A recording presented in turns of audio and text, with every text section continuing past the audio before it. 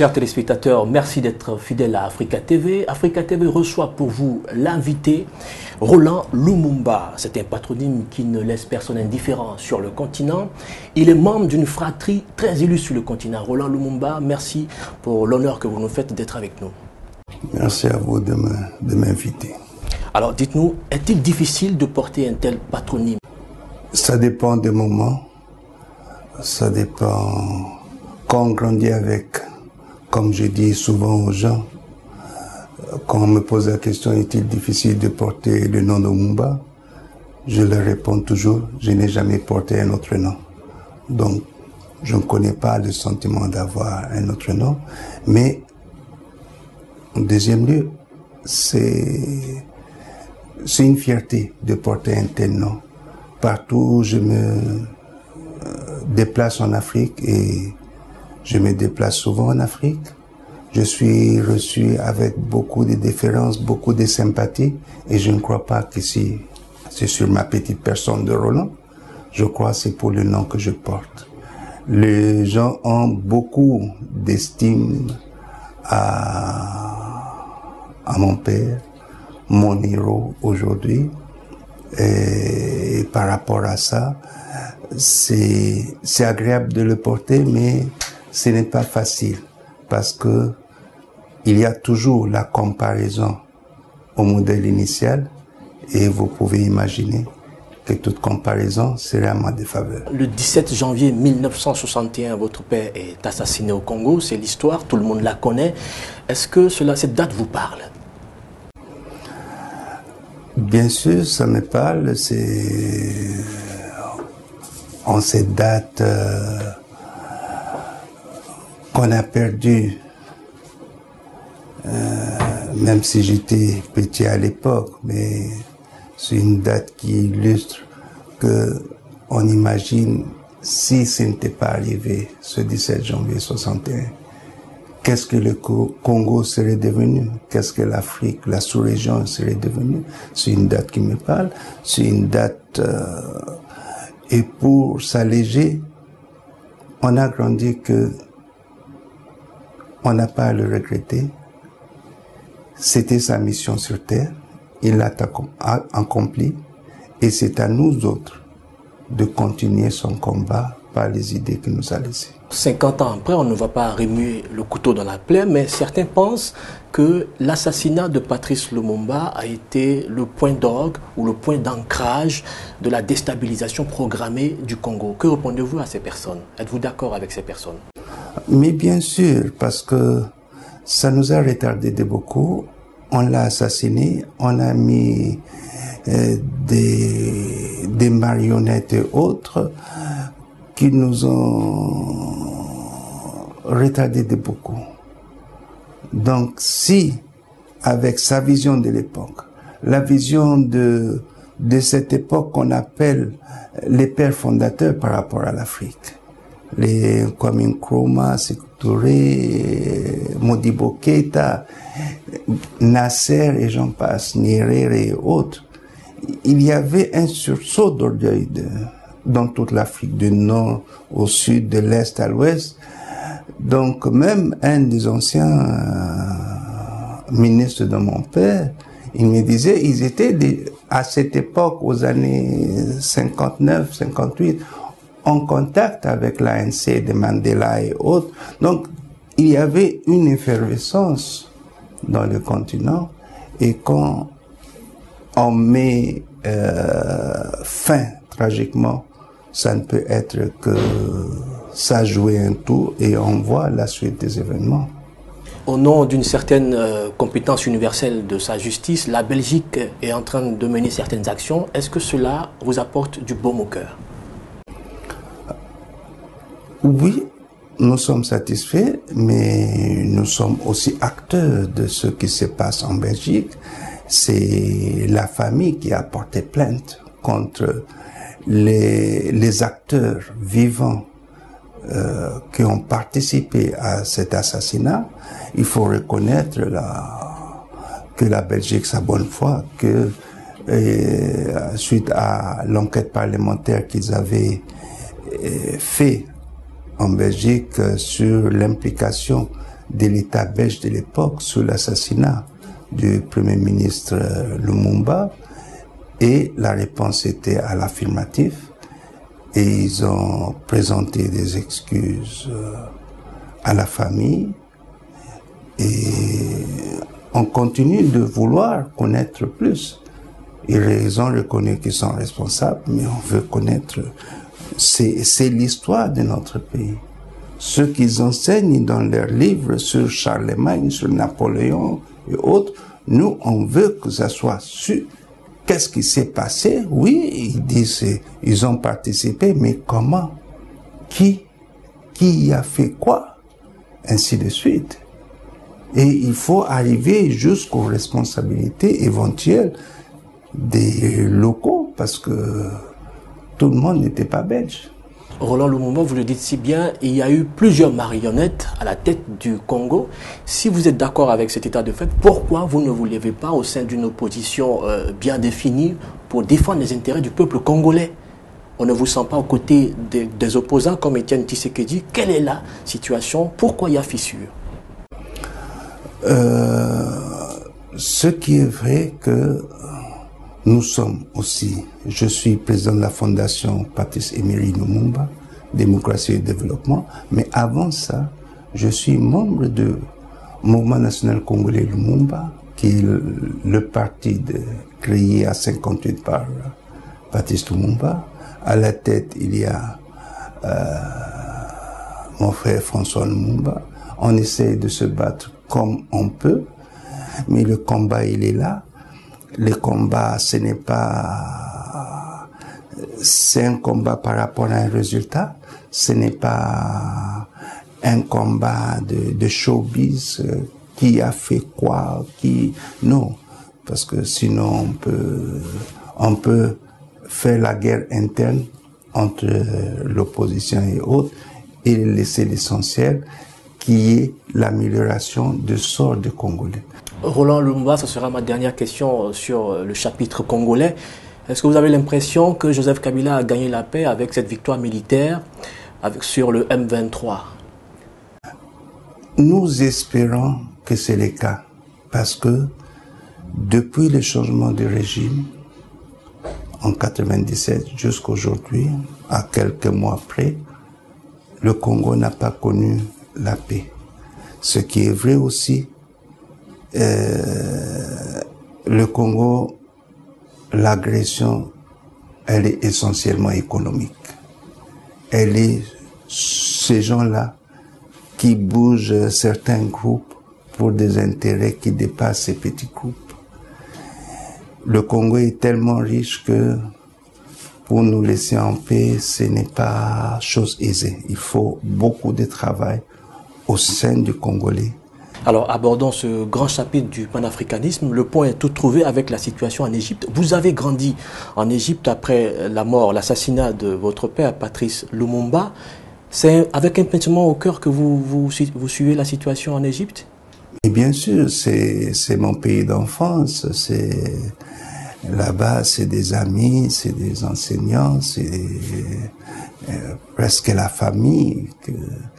Dans un pays qui était, à un moment donné, la havre des révolutionnaires ou des progressistes de l'époque, à l'époque de la CER, et beaucoup de gens, ils étaient réfugiés là-bas. Donc, c'est un pays que ça nous touche énormément, ce qui se passe là-bas. Et je souhaite que toute cette situation prenne fin. Quel que soit l'endroit en Afrique, tant qu'il y aura des troubles, c'est comme le problème d'hier, qu'on disait, tant qu'il y aura des parties colonisées en Afrique, l'Afrique ne se sentira pas libérée. C'est aujourd'hui, tant qu'il y aura des troubles, que ce soit en Égypte, en Centrafrique, en Tunisie, en Libye, on ne va pas avoir la paix. Vous vous êtes abreuvé à la source de Nasser. Quel grand souvenir gardez-vous de sa vision du panafricanisme? Non, je peux considérer, c'est un des grands panafricanistes. C'est l'homme qui a lié l'Afrique du Nord et l'Afrique subsaharienne. C'est par la volonté d'un seul homme qui s'appelle Gamal Abdel Nasser. Avant lui, les Arabes ou le Nord se considérait plus arabe qu'africain, mais avec lui, il nous a beaucoup rapprochés. Il a contribué à la libération de beaucoup de pays africains. Et les gens ont commencé à se sentir assez proches des Africains. Un Égyptien peut être proche d'un Congolais ou d'un Sierra-Léonais, qu'il peut être proche d'un Tunisien. Roland Lumumba, est-ce que vous n'avez pas vous-même galvaudé le sens du panafricanisme? On vous a vu aux côtés de Hugo Chavez, on vous a vu aux côtés de Charles Blé Goudé. Est-ce que vous n'êtes pas en train de mélanger panafricanisme et populisme? Est-ce que ce n'est pas un fonds de commerce pour vous finalement? Quand on ne va pas me reprocher d'être à côté d'un Hugo Chavez, un des grands qui a parlé de la solidarité entre peuples du Sud. Parce qu'il faut savoir sauf si vous êtes du côté de la droite sud-américaine, qu'ils peuvent considérer que Hugo Chavez, c'est quelqu'un qui est le diable, ainsi de suite. Comment il arrive à remettre en cause les intérêts américains, ainsi de suite. Donc, je n'ai pas à dire pour quelle raison c'est un grand monsieur Hugo Chavez que j'ai été à côté de lui. Mais par rapport à Charles Blé Goudé, oui, je suis venu, mais je suis venu pour faire quoi? Dans un congrès panafricain, j'ai été invité avec d'autres personnes par rapport à ce qui a été présenté, une agression à un pays africain. Donc je ne crois pas. Il y a une différence entre les difficultés qu'on peut avoir, les nuances en tant qu'Ivoirien, celui-là a fait ça plus, celui-là a fait ça moins. Moi, quand j'approchais par rapport à ce que je venais dans un cadre bien défini qui est la solidarité africaine. Et l'ancien président, je l'ai connu, c'était un socialiste, on a connu son parcours, il a eu un combat que on peut en tant qu'Ivoirien apprécier, mais non arriver au pouvoir, qu'est-ce qui était trop positif et un peu moins, ainsi de suite. Mais nous autres, quand nous sommes des lois, c'est plus le parcours de l'homme. Le parcours de l'homme, je ne peux pas dire que je ne le connais pas, non, c'est fait un ami. Ça veut dire que sans embâche, vous assumez vos amitiés avec Charles Blé Goudé, avec Laurent Gbagbo? Ça veut dire, vous essayez de me rentrer dans la nuance ivoirienne, que ce n'est pas que je cherche à fuir ça. Non. Si c'est comme ça, il faut reprocher à Soro Guillaume, qui fut l'ami de Blé Goudé. Il faut lui reprocher, il fut l'ami de président Gbagbo. Donc, chaque chose a son temps. Et je vous décris l'homme que j'ai apprécié, l'homme. Et jusqu'à là, il ne faut pas faire l'amalgame. Le sens de mon combat, il est sur le continent, il est sur la solidarité active. Il n'est pas sur les détails. Moi, je vous dis, par exemple, quand j'étais à Paris, j'ai étudié, j'ai fait l'architecture à Paris. Et je n'appréciais pas Houphouët-Boigny comme beaucoup de personnes progressistes. Je ne l'apprécie pas. Il était pour nous réactionnaire, pro-occidental, ainsi de suite. Mais après sa mort, quand j'ai commencé à fréquenter la Côte d'Ivoire, j'ai dit beaucoup de choses, je ne les partage pas avec Houphouët-Boigny, mais il a fait beaucoup de choses positives. Donc, avec les années avec ça, même après sa disparition, j'ai appris à certains niveaux d'apprécier l'homme. Finalement, on a l'impression que d'un père fondateur à un autre, il y a une autre vision du panafricanisme. Houphouët-Boigny à Kadhafi, en passant peut-être par Thomas Sankara ou Kwame Nkrumah. Dans quelle vision du panafricanisme vous vous situez, vous? Je ne me situe pas dans le panafricanisme de Houphouët-Boigny. Ça, je dis non, je ne me situe pas. Je dis, j'ai appris à l'apprécier. Il ne faut pas tout mélanger. Le panafricanisme, pour moi, c'est celui de Kwame Nkrumah, de Nasser, de Lumumba, de même Kadhafi. Ça, c'est le panafricanisme réel. On veut qu'on soit un seul peuple qui se bat pour une monnaie, qui ne se bat pas uniquement j'ai un peu plus de richesse que toi, donc personne n'entre chez moi. Non. Un panafricanisme qu'on veut que le citoyen africain, qu'il soit d'abord citoyen africain, le privilégié par rapport aux autres. Justement, on en parle concrètement. Quels sont les leviers sur lesquels les gouvernants ou les élites actuelles devraient toucher ou devraient s'appuyer pour voir le panafricanisme émerger? D'abord, l'aspect économique. Est-il possible de réaliser une unité monétaire? Je crois que c'est possible. Ça veut dire, même quand on voit les pays, même si on prend uniquement ceux du zone CFA, il y a beaucoup parmi nous ont été à l'école des Blancs qui ont des idées assez claires. On peut commencer par, au lieu que ça soit uniquement appuyé par la Banque de France, qu'on crée une banque. Ce n'est pas une utopie. Et travailler dans des projets complémentaires les uns les autres. Un pays avec sa très grande volonté, le Gabon, 1 million d'habitants.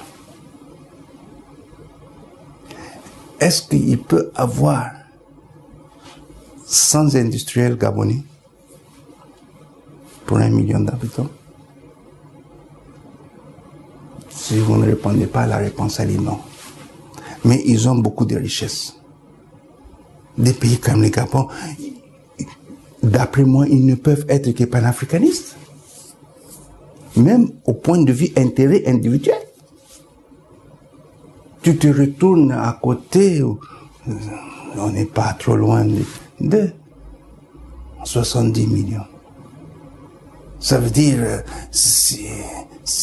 heureusement que ce n'est pas uniquement la loi du nombre, parce que on a de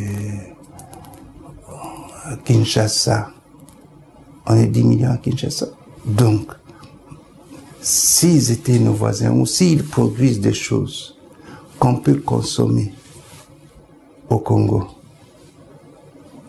il peut avoir des industriels gabonais dans ce cas, en direction de ce pays.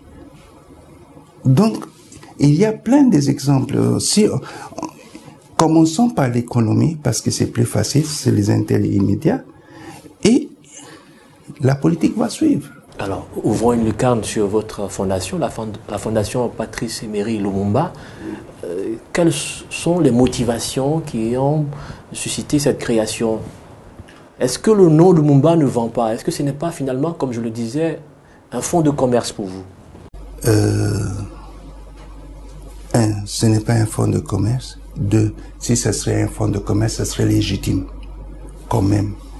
Je ne crois pas que si ça doit être le fonds de commerce de quelqu'un, si ce n'est pas ses enfants, ce serait légitime. Mais malgré ça, nous ne le faisons pas en tant que fonds de commerce, nous les Lumumba. On a mis beaucoup de temps pour lancer cette fondation et on l'a fait pour la promotion des idées de Lumumba. Lumumba, malgré qu'il est connu ainsi de suite, mais il y a beaucoup de lacunes au Congo.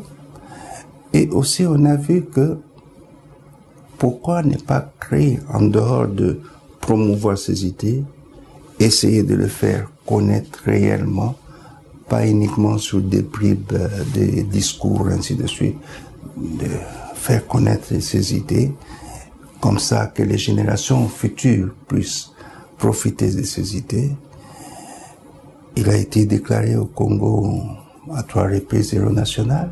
Il faut essayer de faire savoir celui que ces gens-là l'ont déclaré héros national, pourquoi, comment devenir comme lui, quelles sont les idées qui ont fait qu'il a été déclaré ainsi de suite. Et voir ces idées faire pousser certains projets qui sont en concordance avec ces idées. On a fait un projet une fois en Mali, lutte contre la fracture numérique. Ça, c'était un de nos grands projets.